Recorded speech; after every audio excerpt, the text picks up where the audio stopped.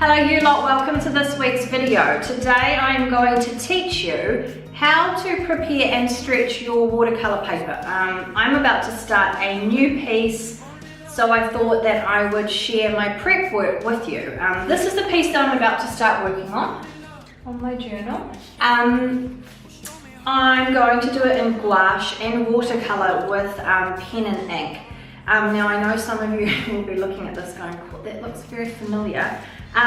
So there is this thing that I do, and it is where I have this idea, this wish, that I was one type of painter over here, acrylic on canvas, and I really want to be that kind of painter. I don't know why I've got it stuck in my head, but that's what I try and do.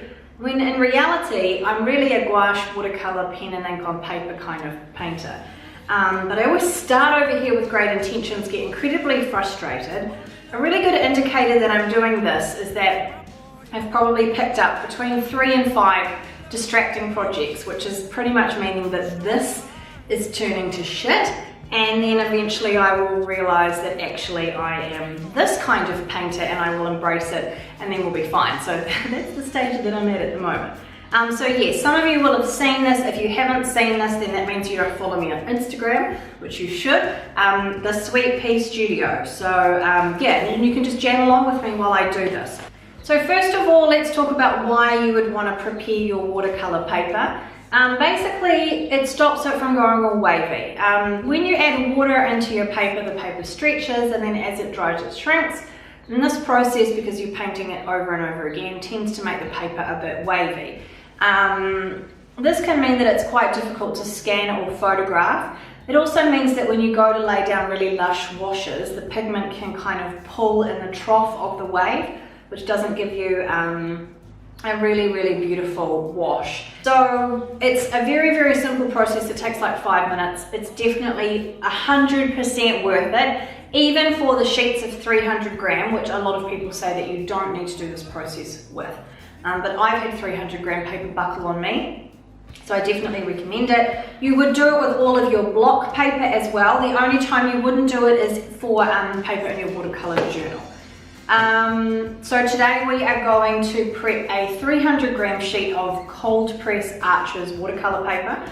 So I've got my bath and all my supplies, and I'm going to run you guys through how to do it. So the supplies that you are going to need to do this, obviously pencil and a ruler and a eraser, although don't erase your watercolour paper too much, because what it does is takes the treatment off the surface of the paper, and then when you do start painting on it, it doesn't really respond that well. So just go a bit easy on the erasing.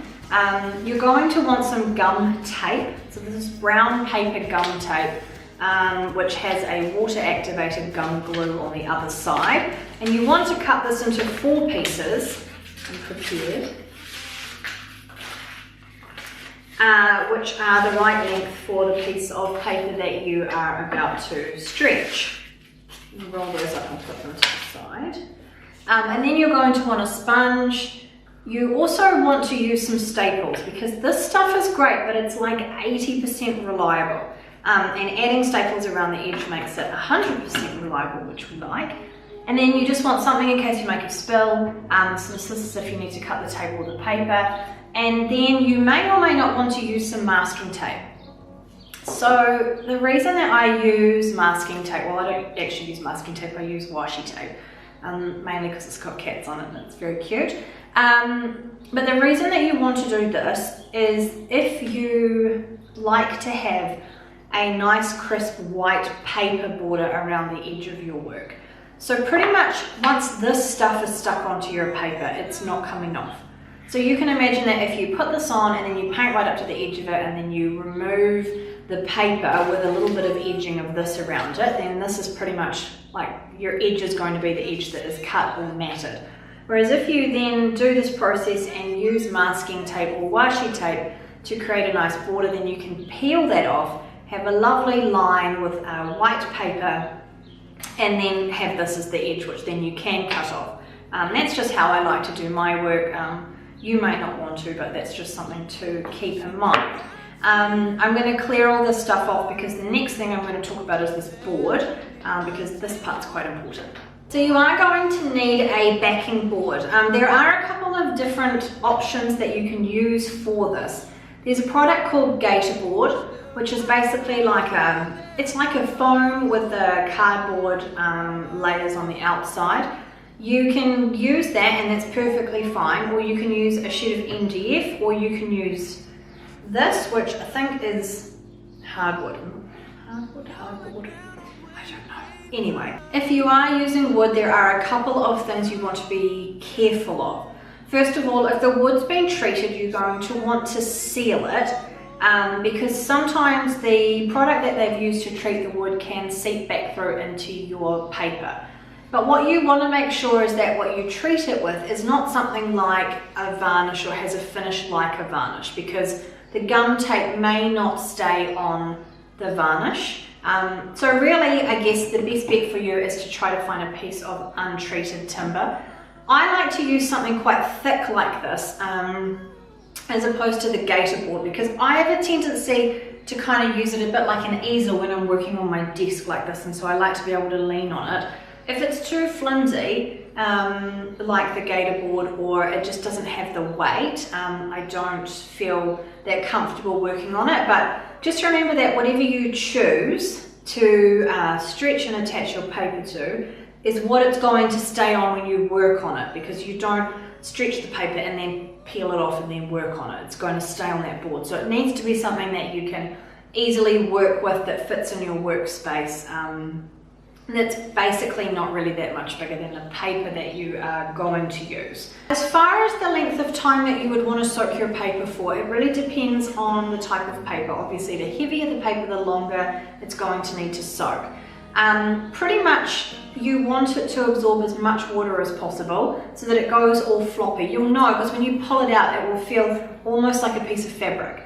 So I would say ballpark for 300 gram paper, somewhere between like 5 to 10 minutes, I think would be a really good place for you to start. Okay, so what you're going to do is you are going to submerge your paper. Now, if your paper, like me, is too big for the bath, just move it around back and forth until it starts to become a little bit floppy, and then you can actually fold it or lay it on top of itself without worrying about it creasing down the middle like that. So obviously you need to make sure you've got enough water in the bath to do this.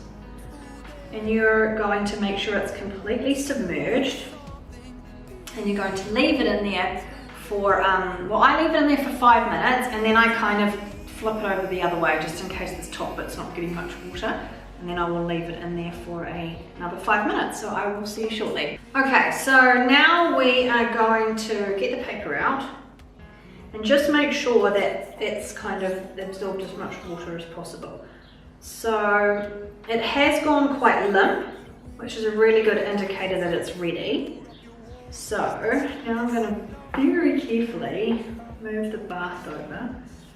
The last time I did this, I sloshed the water all over myself. I had to go get changed. Which meant I had to refilm the whole video because the front of me was completely drenched. So let's pull the paper out and let as much of the excess water drain off as possible.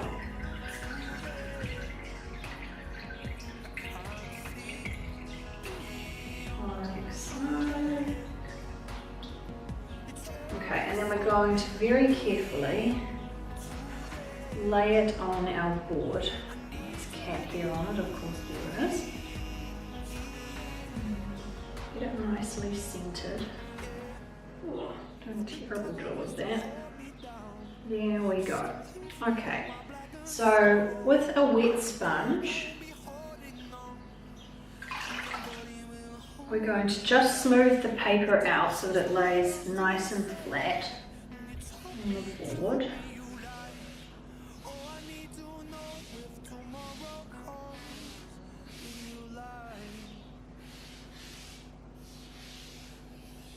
Like so.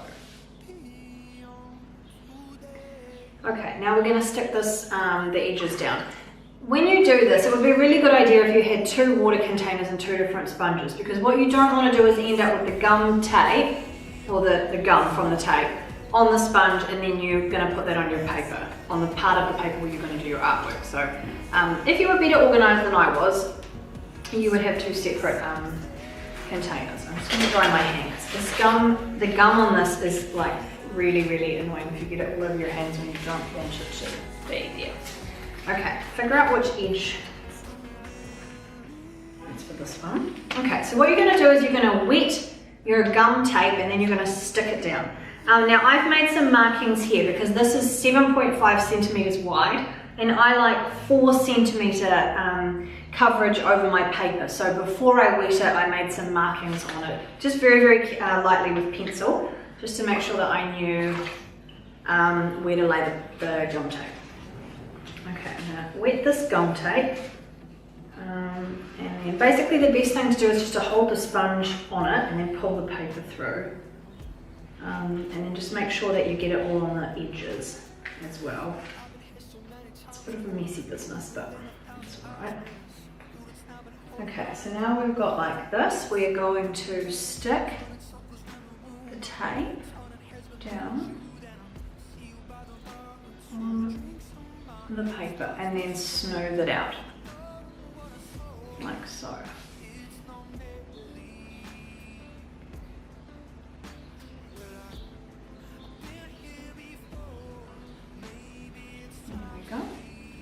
And then that's sticking that side down, and then you're just going to repeat that for all the other edges.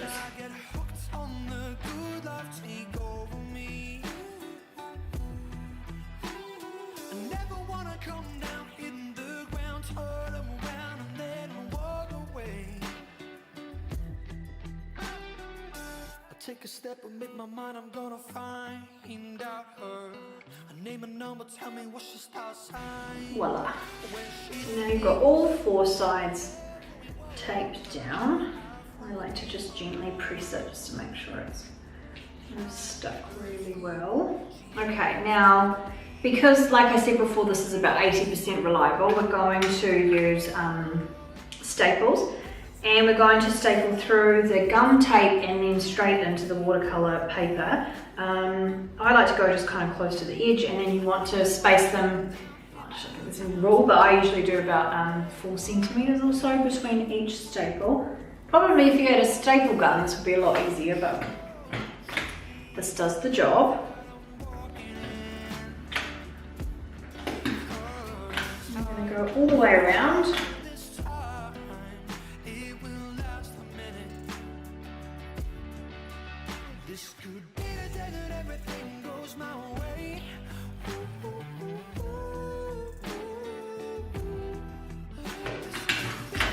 Voila, there we go. Okay, now obviously you've still got one step left, which is if you want to, remember this is optional, do your masking or washi tape border, but you can't do it while your paper's still wet, and we need the paper to dry and shrink and get nice and tight before we put this on. So now what you want to do is leave this to dry, probably really like overnight. Dry it flat, because if you dry it tilted like this, all the water runs down and it can affect the glue on the bottom side. You can speed it up a wee bit if you wanted to use your hairdryer, but what you would want to be careful of if you're using your hairdryer is that you don't just dry one spot. So just go over it really nicely and evenly, and then that will speed up the drying process. Now this part I have been organised with, mainly because the first time I filmed this, I got all the way to the end and then I sloshed water all over myself. So like I mentioned before, this is take 2, but take 2 means that I have already prepared a board for you, which is now dry, and now I can demo doing the edging with the washi tape. So being my super organised self, here is a board that I've prepared earlier. This is actually hot press paper, so if you're wondering suddenly why it has a texture, that's why, the other stuff's cold press. Okay, so now you can see that it's all dried, it's beautiful and flat and tight. Thankfully this time none of the tape actually gave way, which is really good, but it's still a good thing to put the staples in.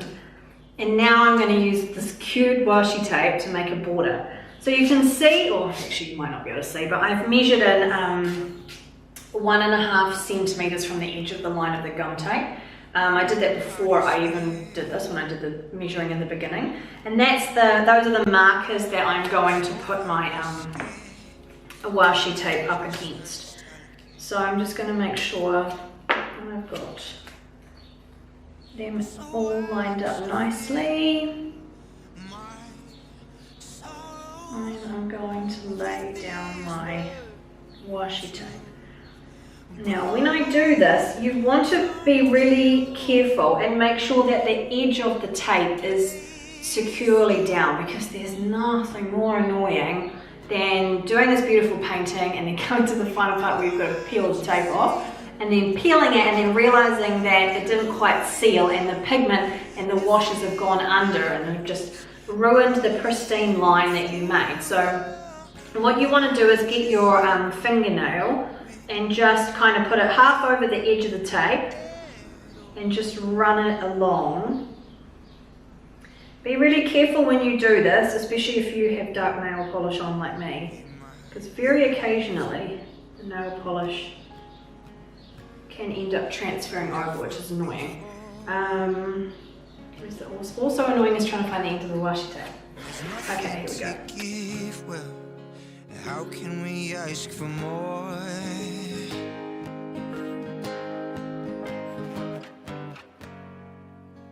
We might make love.